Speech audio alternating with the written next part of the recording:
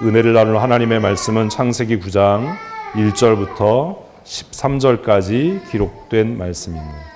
창세기 9장 1절로 13절까지 말씀, 이제 우리 함께 1절 말씀부터 13절 말씀까지 말씀을 생각하시면서 한 목소리로 읽겠습니다. 하나님이 노아와 그 아들들에게 복을 주시며 그들에게 이르시되 생육하고 번성하여 땅에 충만하라. 땅의 모든 짐승과 공중의 모든 새와 땅에 기는 모든 것과 바다의 모든 물고기가 너희를 두려워하며 너희를 무서워하리니 이것들은 너희의 손에 붙였음이라. 모든 산 동물은 너희의 먹을 것이 될지라. 채소같이 내가 이것을 다 너희에게 주노라. 그러나 고기는 그 생명되는 피째 먹지 말 것이니라.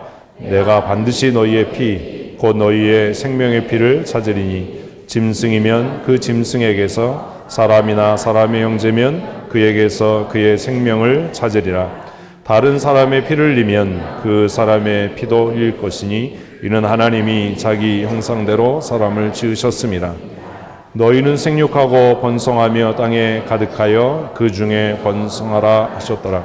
하나님이 노아와 그와 함께한 아들들에게 말씀하시되 죄송합니다. 9절이 나중에 나오네요. 죄송합니다. 내가 내 언약을 너희의 후손과 너희와 함께한 모든 생물 곧 너희와 함께한 새와 가축과 땅의 모든 생물에게 세우리니 방주에서 나온 모든 것 곧 땅의 모든 짐승에게라. 내가 너희와 언약을 세우리니 다시는 모든 생물을 홍수로 멸하지 아니할 것이라. 땅을 멸할 홍수가 다시 있지 아니하리라. 하나님이 이르시되 내가 나와 너희와 및 너희와 함께하는 모든 생물 사이에 대대로 영원 세우는 언약의 증거는 이것이라.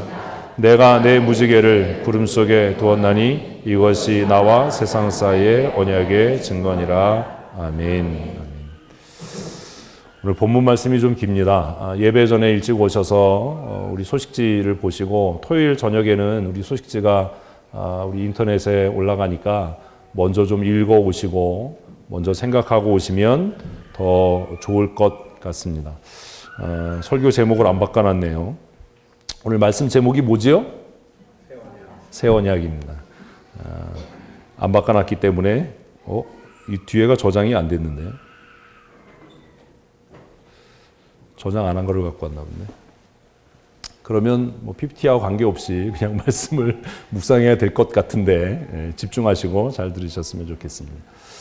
우리는 신앙생활하면서 환경과 세상의 변화를 탄식합니다. 창세기를 우리가 묵상하면서 노아가 살았던 시대가 어떤 시대라고요?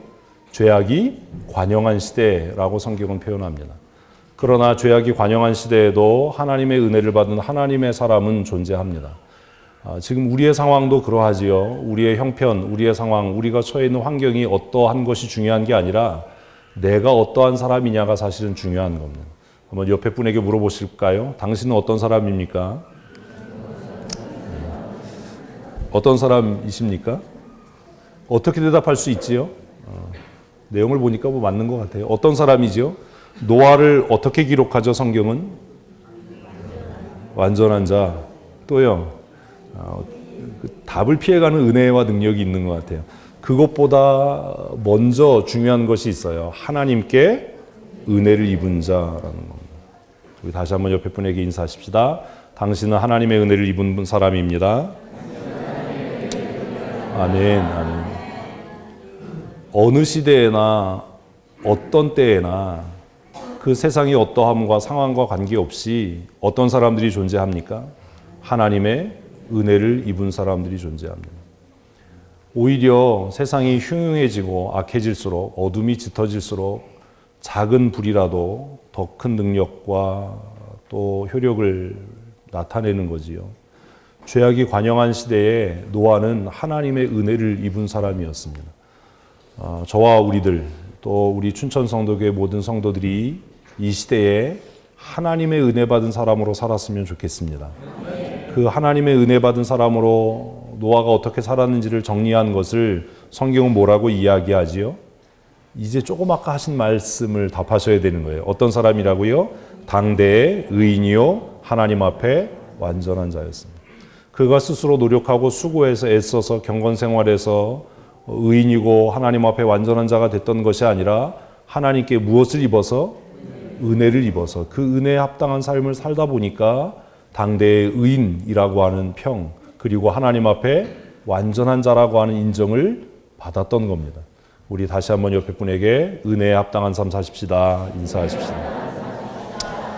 이런 거 인사할 때는 웃으면서 하시면 안 되고 째려보면서 해야 돼요.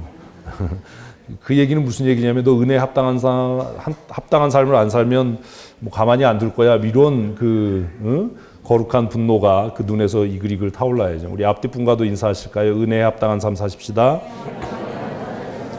아멘, 아멘. 하나님께서 노아에게 특별한 은혜를 주셨고, 그래서 노아는 그 은혜로 그 죄악이 왕노릇하는 세상, 모든 사람이 자신의 쾌락과 향락을 따라가는 세상에서 하나님의 거룩함을 위해서 살았던 사람입니다. 하나님께서는 노아를 그냥 버려두지 아니하시고 하나님 앞에 의인이요 완전한 자로 살았던 노아에게 명령하셨습니다. 그 명령이 뭐지요? 방주를 지으라는 거였습니다. 지난주 말씀 기억하십니까? 방주 왜 짓지요?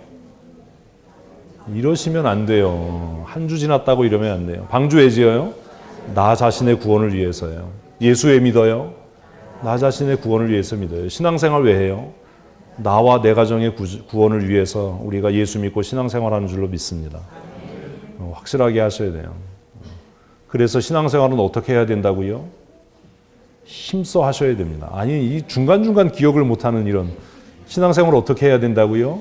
힘써 하셔야 됩니다. 신앙생활 어떻게 해야 돼요? 또 힘써 하면 안 돼요. 성경대로 해야지요. 똑같은 얘기 또 하면 되겠어요. 수준이 왜 이러지 우리? 신앙생활 어떻게 한다고요? 두 가지를 붙여서 해야죠 이제. 그렇게 수없이 많은 밥알을 먹는데 왜 다시 신앙생활 어떻게 한다고요? 힘써서 성경대로 하는 성도들 됩시다. 힘들어요. 교회에 모이는 숫자를 늘리기 위해서 적당히 타협하고 세속주의, 인본주의, 또 뭐 상대 뭐 이런 것들이 많지만, 그러나 여러분 우리 낙심하지 말고 힘써서 무엇대로? 성경대로 합시다. 그런 성도들 되십시다. 아멘. 그래서 하나님께서 노아에게 목재를 찍어 주셨어요. 무슨 나무로요? 뭐 발음도 어렵지만 우리가 무슨 나무인지도 모르지만 이 나무, 뭐 주경학자들에 의하면 이 나무는 그 물에 강하고 잘 부러지지 않고, 그래서 그 40주야의 홍수를 견딜 수 있을 만한 나무였어요. 또 그 배의 길이가 얼마였다고요? 그냥 뭐 그랬어요. 그죠? 길이가 300규빗이고 너비가 50규빗이고 뭐 높이가 30규빗인. 하나님, 나 하나 타면 되는데 왜 이렇게 큰 방주를 지어야지요? 노아가 그렇게 묻지 않았습니다. 하나님이 명령하신 대로 120년이라고 하는 긴 시간 동안 산 정상에 한 번도 비가 내리지 않은 시대에 방주를 짓는 일은 굉장히 고통스러운 일이었을 겁니다. 어떤 때는 나 혼자 남은 것 같은 그런 생각이 들 때도 있었을 겁니다. 성경대로 예수 믿다 보면 이 세상에 누구만 있는 것 같아요? 나만 있는 것 같아요. 나만 목사인 것 같고, 나만 장로인 것 같고, 나만 예수 믿는 것 같고, 어쩌다가 신앙생활하는 사람 만나면 무슨 얘기 들어요? 너 예수를 왜 그렇게 광적으로 믿냐? 너 목회 너만 하냐? 뭐 이런 얘기 들으면 어때요? 낙심이 되죠. 나만 있는 것 같아서. 그러나 하나님은 그 외톨이 같은 따돌림을 당하는 그 시대에 홀로 남겨진 것 같았던 누구를 통해서요? 크게 대답하세요. 누구를 통해서? 노아를 통해서. 뭘 이루셨어요? 하나님의 구원을 이루셨습니다. 지금 이 시대에도 하나님은 다수를 통해서 역사하는 것이 아니라 하나님의 말씀대로 정직하고 선한 양심으로 하나님의 나라를 소망하고 살아가는 자들을 통해서 역사를 바꾸시고 하나님의 구원을 이루실 줄로 믿습니다. 그래서 우리가 희망이 되어야 하는 겁니다. 한번 하십시다. 교회가 희망입니다. 예수가 희망입니다. 마지막으로 한 번 더 하십시다. 내가 희망입니다. 아멘. 내가 희망이 되려면 어떻게 살아야 돼요? 또 잊어먹었어요. 힘써서 우리 내일 시간 약속을 해서 한의원에 가십시다. 왜요? 총명탕을 먹어야지. 좀 이게 좀 반짝반짝 좀 그래야 되지 않겠습니까? 이 시대의 진정한 희망은 무엇대로 사는 하나님의 말씀을 따라 살아가는 하나님의 사람들에게 있는 겁니다. 노아의 시대에도 그랬습니다. 모든 사람들이 노아를 얼마나 조롱했겠어요. 얼마나 빈정거렸겠어요. 미쳤냐? 산꼭대기에다 왜 방주 만드냐? 왜 배를 만드냐? 그것도 그 137m짜리 배를 만들어서 뭐에다 쓸 거냐? 왜 그렇게 힘든 일을 하냐? 하루 이틀도 아니고 너만이면 몰라도 왜 네 자식들까지 고생시키냐? 그러나 하나님께서 노아에게 방주를 지으라고 명령하셨던 것은 그와 그의 가정을 구원하시기 위한 하나님의 은혜였음을 우리가 잊지 말아야 합니다. 지난주까지의 말씀의 내용입니다. 사랑하는 성도 여러분, 우리 자신과 우리 가정을 위해서 힘써 믿음 생활하십시다. 타협하지 말고 적당히 꾀부리지 말고 하나님께서 우리에게 요구하시고 명령하신 그 명령을 따라서 노아에게만 명령하신 것이 아니라 신구약 성경을 통해 우리에게 주신 말씀과 명령을 따라서 거룩한 하나님의 사람으로 사는 믿음의 사람들 되시기를 축복합니다. 그럴 때 여러분들을 통해서 하나님께서 하나님의 구원을 이루실 줄로 믿습니다. 결국 하나님께서 작정하신 대로 뭐가 시작되죠? 홍수가 시작이 됩니다. 노아의 8가정, 그리고 하나님이 명령하신 대로 각 짐승 한 쌍씩 방주에 타고 하나님께서 그 방주의 문을 닫으셨습니다. 그러나 하나님의 말씀에 순종해서 살았던 노아에게 그 심판의 날은 하나님의 긍휼의 날이었습니다. 8장 1절과 2절 말씀을 읽습니다. 하나님이 노아와 그와 함께 방주에 있는 모든 들짐승과 가축을 기억하사 하나님이 바람을 땅 위에 불게 하심에 물이 줄어들었고 깊음의 샘과 하늘의 창문이 닫히고 하늘에서 비가 그치매. 제가 오늘 새벽 기도 시간에 어제 말씀을 묵상한 예레미야 애가의 말씀을 함께 나누면서 하나님의 마음을 배워간다는 게 얼마나 귀한 일인가 라는 말씀을 드렸어요. 예레미야라고 하는 사람이 참 독특하지요. 자기를 그렇게 조롱하고 핍박하고 가두고 때렸던 그 원수 같았던 이스라엘 백성들이 망하고 그 거짓 선지자들이 발가벗겨지고 귀족들이 포로로 잡혀가는 그 모습을 보면서 우리들 같으면 어떤 마음 갖겠어요? 쌤통이다. 거봐라. 내 말 안 듣더니 그렇게 됐지. 그런데 예레미야는 예레미야 3장에서 하나님께서 이 백성 이스라엘에게 수치와 고난을 허락하신 것은 누구 때문이다? 어제 큐티를 안 하셨군요. 나 때문이다. 내가 내 민족을 위해서 기도하지 않았기 때문이고 내가 기회가 있을 때 내 민족을 위해서 회개를 선포하지 않았기 때문이고 내가 열심히 복음을 전하지 않아서 내 민족 이스라엘이 이런 슬픔과 수치와 부끄러움을 고난을 당하게 되었다. 하나님께서 징계로 치시고 때리시는 것은 이 백성이 아니라 하나님의 사람이라고 자처했던 나를 향한 것이다 라는 3장 1절의 말씀이 너무나 힘겹고 마음 아픈 이야기인 겁니다. 내가 그렇게 살지 못해서, 내가 더 열심을 내지 못해서, 내가 하나님의 사람으로 온전하지 않아서 이 백성이 수치를 당한다라고 포로로 끌려가던 자신의 민족을 바라보면서 하염없이 눈물을 흘렸던 예레미야의 마음.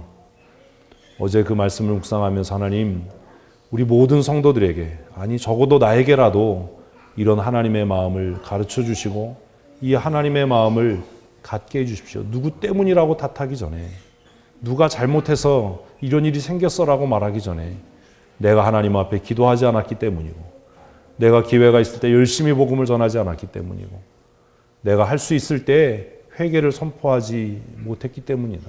그래서 하나님께서 나를 치시는 것이다 라고 눈물을 흘렸던 예레미야의 마음, 그것이 결국 하나님의 마음이었던 거죠.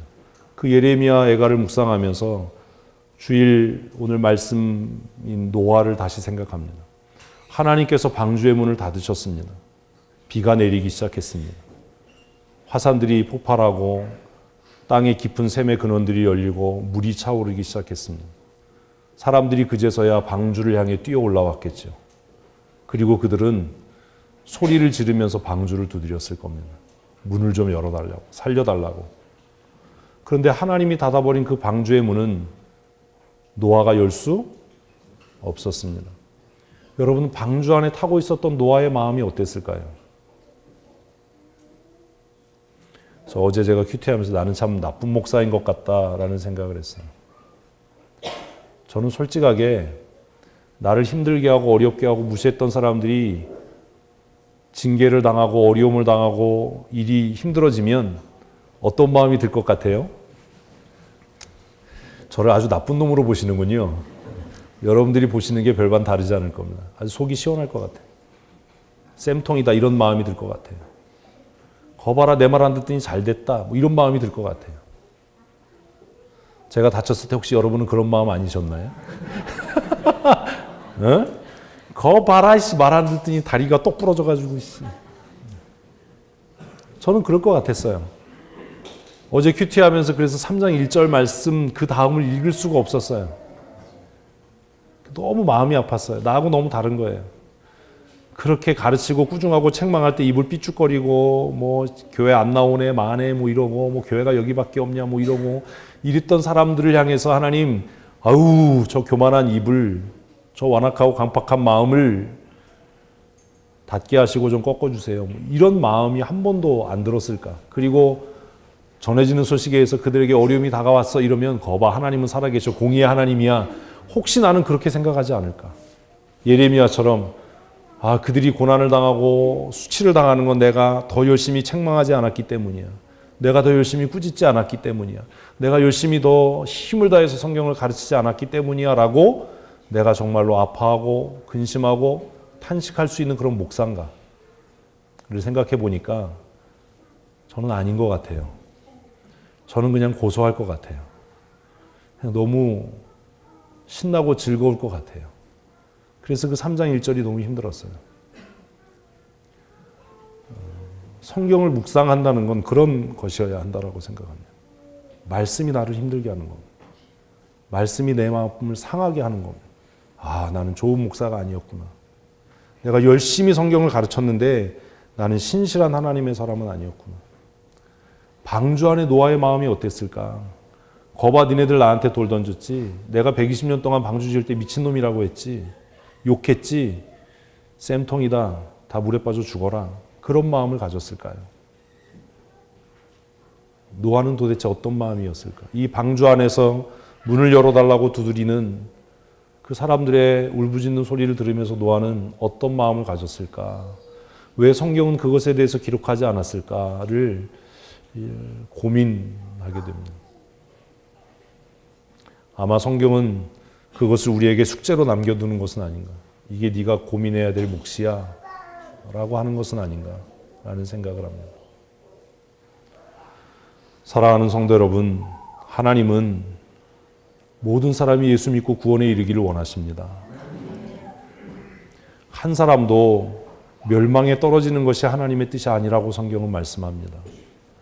그래서 우리가 해야 할 일은 열심을 다해서 주의 말씀을 전하는 겁니다.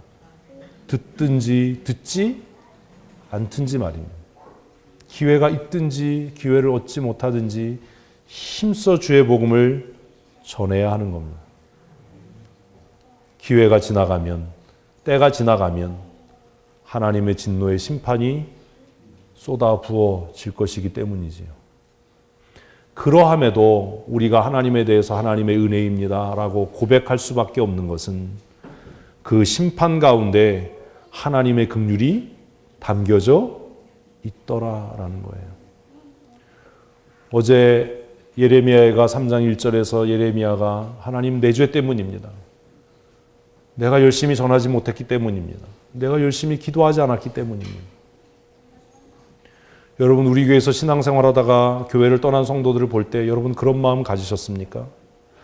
목사님 때문이야, 장로님 때문이야, 누구 때문이야 이런 마음은 있었을지 몰라도 내가 기도하지 않아서 그래요. 내가 진장인데 그 사람은 꾸짖고 책망하지 않아서 그래요. 내가 그 사람 위해서 더 많이 권면하고 말씀을 가르쳤어야 하는데 내가 그렇게 하지 않아서 저 사람이 실족한 거예요 라고 회개해 본 적 있으십니까? 뒤에서 모여서 수군거리면서 누구 때문이야, 뭐 때문에 그랬대, 어떤 일 때문에 그랬대 이렇게 말하는 것은 쉽지만 예레미야처럼 가슴을 치면서 눈물로 회개하기는 어려운 일이다. 하나님이 주셔야만 하는 은혜인 것 같다라는 생각을 어제 말씀을 묵상하면서 했습니다. 그래서 그런 은혜를 구합니다. 하나님 나에게 이런 은혜를 주십시오. 하나님의 마음을 내게 가르쳐 주십시오.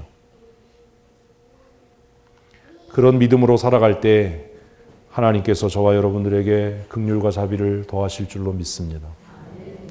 오늘 예레미야가 우리가 저녁 예배 시간에 묵상할 본문에서 예레미야는 하나님의 긍휼과 자비가 무궁하셔서 우리가 진멸되지 않습니다. 이것들이 아침마다 새롭습니다. 라고 고백합니다. 그 하나님의 긍휼과 자비는 모든 사람을 향한 것이 아니라 하나님의 마음을 가지고 있는 사람들을 향한 겁니다. 그런 믿음의 사람들이 되십시오. 모든 사람들이 홍수로 인해서 죽게 될 때에, 멸망받을 때에 하나님 앞에 완전하고 의로운 자였던 노아와 노아의 가족 8명은 구원함을 입었습니다.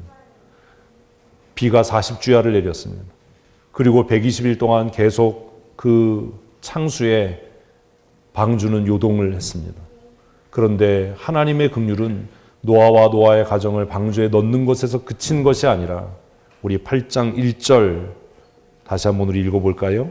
하나님이 노아와 그와 함께 방주에 있는 모든 들짐승과 가축을 기억하사 됐습니다. 모아사? 기억하사. 이게 은혜인 거예요. 한번 따라 하십시다. 하나님, 나와 내 가정을 기억하여 주십시오. 뭐 해달라고요? 하나님 기억해 주세요. 이 나라를 위해서도 그렇게 기도해야 합니다. 하나님 이 나라와 이 땅의 백성들을 긍휼히 여기시고 기억하여 주시옵소서. 하나님께서 방주에 들어가 있었던 노아와 노아의 가족 그리고 들짐승과 가축을 기억하지 않으셨다면 그들이 방주에 들어갔어도 그들에게 정해진 것은 죽음이에요. 그러나 하나님께서 그 죄악이 관영한 세대에 살았던 모든 사람들을 심판하신 이후에 노아와 방주에 있었던 짐승들을 뭐 하셔서? 기억하셔서 그들에게 새로운 회복의 은혜를 내리십니다. 한 번도 일어나지 않았던 역사가 일어나는 거죠. 그 다음을 읽어보겠습니다. 하나님이 바람을 땅 위에 불게 하심에 물이 줄어들었고 한 번도 없었던 새 역사가 뭐예요? 바람이 부는 거예요. 이거 설명하려면 오래 걸려요. 그냥 믿고 그냥 그런가 보다 하세요. 아무도 안 그럴 건가 보네. 성경이요 그렇게 만만하지 않아요. 노아의 홍수 때까지 한 번도 비도 내린 적이 없었고 뭐 한 적도 없어요? 바람이 분 적도 없었어요. 근데 이제 하나님께서 노아를 권면하시고 노아와 함께 방주에 탔던 짐승들과 가축들을 기억하셔서 바람이 불게 하셨습니다. 그래서 그 땅에 가득했던 물들을 말리시기 시작했습니다. 물이 마르고 빠지는데 1년이 걸렸습니다. 노아 600살에 시작한 홍수는 601년이 돼서야 묻이 드러나기 시작합니다. 그리고 하나님께서 그들을 생각하셔서 그들을 회복해 하셨습니다. 그들을 명하셔서 방주에서부터 나오게 하셨습니다. 방주에서 나온 노아가 제일 먼저 했던 일은 바로 하나님을 예배하는 일입니다. 20절 읽습니다. 노아가 여호와께 제단을 쌓고 모든 정결한 짐승과 모든 정결한 새 중에서 제물을 취하여 번제로 제단을 드렸더니. 아멘. 여러분 왜 예배하지요? 주일에 왜 예배하지요?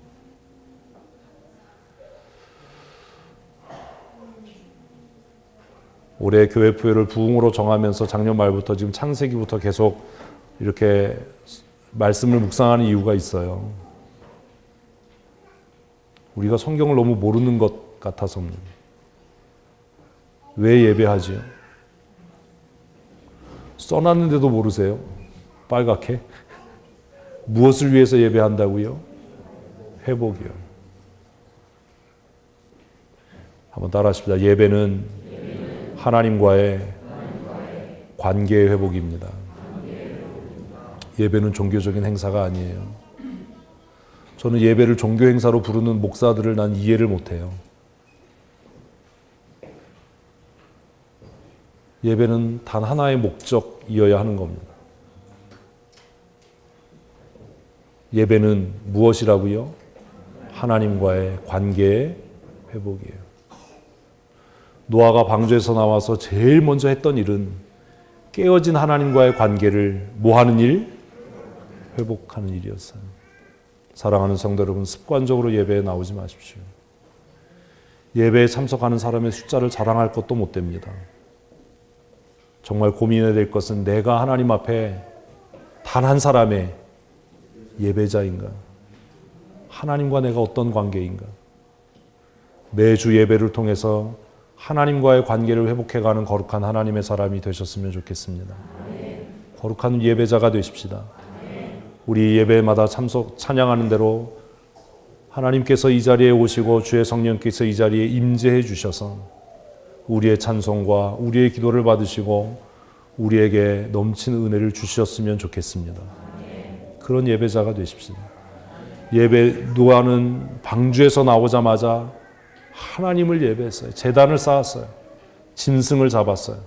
그 피를 제단에 쏟고 하나님, 내가 하나님 앞에 죽어야 하는 죄인인데 하나님의 은혜로 내 생명이 유지되었습니다. 그리고 이제 내가 다시 하나님과 새 언약 맺기를 원합니다. 하나님과의 관계가 회복되기를 원합니다. 라는 믿음의 고백을 담아서 제단을 쌓았습니다. 지난 한 주간 어떻게 사셨습니까? 지난 한 주간의 삶이 물론 중요하지만 그것보다 중요한 것은 오늘 3월 셋째 주 이 예배를 통해서 하나님과 깨어진 여러분의 관계가 회복되는 은혜를 누렸으면 좋겠습니다.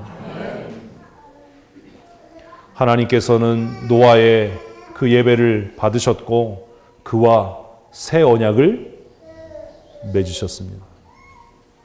예배를 한다는 것은 매주 하나님과 언약을 갱신하는 일입니다. 성경에 약속된 말씀은 오래전에 이 땅에 살다가 하나님께로 간 하나님의 사람들을 위한 것이 아니라 오늘 누구와 크게 대답하세요. 누구와 나와 누가 하나님이 맺은 뭐라고요? 언약입니다. 약속을 따라 사십시다. 그 언약을 9장은 이렇게 장황하게 기록하는 겁니다. 같이 1절 말씀을 다시 읽습니다. 하나님이 노아와 그 아들들에게 복을 주시며 그들에게 이르시되 생육하고 번성하여 땅에 충만하라. 성경을 조금 아는 사람들 같으면 뭐가 생각나겠어요? 창조.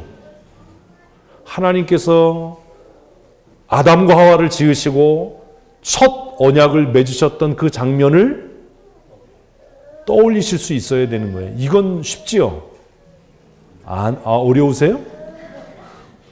이거 읽었는데 그게 안 떠오르면 여러분 무늬만 예수 믿는 사람이에요. 9장 1절 읽으면 창세기 1장과 오버랩돼야 되는 거예요. 창세기 9장까지 왔는데 다시 어디로 돌아간 것 같아? 창세기 1장으로 돌아간 것 같아. 그렇다면 하나님께서 창세기 1장을 다시 재현하시는 게 아니라 창세기 1장의 언약을 다시 뭐 하시는 것? 재확인하시고 갱신하시는 거예요. 2절 3절 다 똑같은 내용이겠죠. 확인차 또 우리는 읽어야 되잖아요. 자, 2절 읽습니다. 땅의 모든 짐승과 공중의 모든 새와 땅에 기는 모든 것과 바다의 모든 물고기가 너희를 두려워하며 너희를 무서워하리니 이것은 너희 손에 붙였습니다. 2절 읽으니까 이건 어디 없었던 거예요? 이분들이 진짜 모르나 보네. 내년부터 이제 자격시험 봐요. 겁내지도 않아요. 없는 얘기였죠. 어디예요? 창세기 1장에. 그래서 새 언약인 거예요. 제가 얘기했잖아요. 성경에는 두 가지 특징이 있다. 성경을 읽을 때 첫째가 뭐다? 통일성이다. 이분들 진짜 큰일 날 분들이네. 뭐다? 통일성이다. 언약의 통일성. 또 하나는 뭐예요? 언약의 점진성이 있다. 언약이 새로 갱신되고 개혁될 때마다 그 언약은 어디를 향해서? 하나님의 나라를 향해서. 나를 위해서 그런데 내가 낙심할까 봐. 어디를 향해서? 하나님의 나라를 향해서. 어떻게 된다? 점진적으로 발전해 간다. 그것이 언약의 점진성이에요. 하나님 오고 오는 세대의 모든 믿음의 사람들과 계속해서 새 언약을 맺으시는 거예요. 그래서 마지막 최종적으로 공식적으로 성경이 맺은 하나님의 새 언약이라고 표현된 게 뭐예요? 성찬이에요. 아유 그냥 성찬. 그래서 예수님께서 마지막 날 밤에 제자들과 함께 성찬 예식을, 그 성찬이 굉장히 중요한 거예요. 우리 4월 달에 또 성찬 시간인데 2달에 한 번 그래서 하는 거예요. 이 잔은 너희와 맺은 새 언약이다. 이 떡은 너희와 맺은 새 언약이다. 이것을 행하여 나를 기념하라. 아멘. 이게 뭔지도 모르고 성찬에 참여하는 거예요. 그 성찬을 우리가 2달에 한 번 계속해서 반복하는 것은 그 언약이 2000년 전에 예수님과 예수님의 제자들이 세운 언약이 아니라 오늘 내가 그 언약의 당사자인 것을 믿음으로 고백하는 행위입니다. 아멘. 그래서 언약의 점진성을 2절에서 보는 거예요. 노아 홍수 위에 바뀐 큰 역사적인 사건이 있어요. 뭐가 바뀌었지요? 두려워라는 말이 나와요. 왜 두려워하고 왜 무서워하지요? 그치요. 이쯤은 얘기해야 집사 자격이 있는 거예요. 그러니까 집을 못 사지요.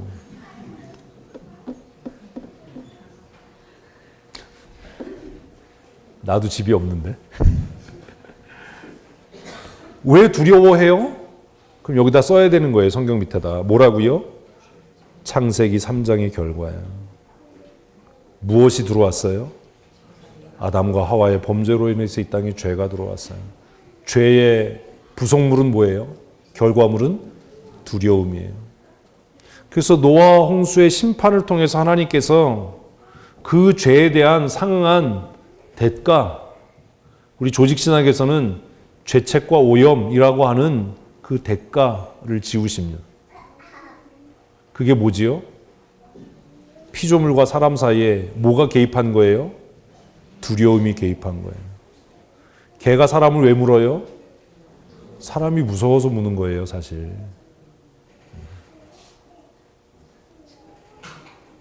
사람 무는 개는 어떻게 해야 돼요? 알아서 하세요. 뭘 바라시는 거예요? 두려움이 들어왔어요. 2절은 좀 달라졌네. 3절 함께 보십시다. 모든 산 동물은 너희의 먹을 것이 될지라. 또 달라졌죠. 그래서 오히려 저 같은 사람은 노아 홍수가 너무 거기까지만, 육식주의자들은 이게 너무 감사한 거죠. 같이 계속 읽습니다. 채소같이 내가 이것을 다 너희에게 주노라. 그래서 노아 홍수 이후에 비로소 뭐가 허용이 돼요? 고기를 먹는 것 허용이 됐어요. 왜 그랬을까라고 하는 것을 다시 언약의 관점으로 생각하고 해석해야 되는 건 여러분의 책임입니다. 4절 읽습니다. 그러나 이것은 지켜야 된다. 그러나 시작. 고기를 그 생명되는 피째 먹지 말 것이다. 그래서 4절을 이렇게 묶어야 되겠죠. 뭐예요? 새 언약의 조건이에요. 새 언약의 단서예요. 그래서 노아 홍수 이후에 피는 곧 생명이기 때문에 고기를 먹되 피째 먹지 말아라. 그러면 지금 우리는 선짓국을 먹으면 안 되나요? 아니지요. 왜냐하면 이 언약은 또다시 갱신되었으니까요. 그래서 말씀드린 대로 예수님의 그 만찬을 통해서, 그 성만찬을 통해서 이 언약들은 다 갱신되고 개혁되었기 때문에 이제는 굳이 이것들에 매여 있어야 할 이유는 없는 겁니다. 5절을 읽습니다. 내가 반드시 너희의 피 곧 너희의 생명을 피해서 찾으리니 짐승이면 그 짐승에게서, 사람이나 사람의 형제면 그에게서 그의 생명을 찾으리라. 피를 먹은 것 자체가 중요한 게 아니에요. 뭐가 중요해요? 언약을 파기했다라고 하는 게 문제인 거예요. 삼손이 머리를 자른 게 중요한 게 아니에요. 머리를 잘린 게 문제가 아니라 하나님과의 언약을 파기한 것이 문제인 거예요. 6절 말씀, 다른 사람의 피를 흘리면 그 사람의 피도 흘릴 것이니 이는 하나님이 자기 형상대로 사람을 지으셨습니다. 그래서 왜 사람의 피를 흘리면, 왜 짐승이든 사람이든 그 피의 대가를 찾아야 하느냐, 그것에 대해서 6절은 다시 어디에 있는 개념이요? 창세기 1장과 2장에 있는 창조의 개념을 다시 차용했었습니다. 그래서 새 언약이 생겨질 때 과거의 언약이 다 무시되고 무효화되는 것은 아니라 무슨 성을 갖는다? 점진성을 갖는다라고 하는 것을 우리는 다시 발견하게 됩니다. 홍수 이후에 달라진 것들을 잘 정리하십시오. 7절 말씀을 읽습니다. 너희는 생육하고 번성하며 땅에 가득하여 그 중에서 번성하라 하셨더라. 창세기 1장의 내용과 별반 다를 게 없지요. 8절, 하나님이 노아와 그와 함께한 아들에게 말씀하여 이르시되 내가 내 언약을 너희와 너희 후손과 너희와 함께한 모든 생물 곧 너희와 함께한 새와 가축과 땅의 모든 생물에게 세우리니 방주에서 나온 모든 것 곧 땅의 모든 짐승에게니라. 그래서 이제 노아와 노아의 가족, 노아를 포함한 8명이 1차적인 언약의 당사자이지만 결국 그 언약은 노아에게만 해당되는 것이 아니라 방주에서 하나님의 구원의 은혜를 입은 모든 피조물들에게다라고 하는 언약의 그 확증이 9절, 10절 말씀입니다. 하나님은 말씀드린 대로 모든 세대에 하나님이 택하신 하나님의 은혜 받은 사람들과 무엇을 맺으신다고요? 언약을 맺으십니다. 우리가 하나님의 진노, 하나님의 심판에 떨어졌을 때 지난 수요일 저녁 말씀을 기억하실 수가 없죠. 안 나오시니까. 수요일 날 주일 찬양 예배에 나오셔야 돼요. 예레미야 애가를 묵상하면서 하나님의 진노와 하나님의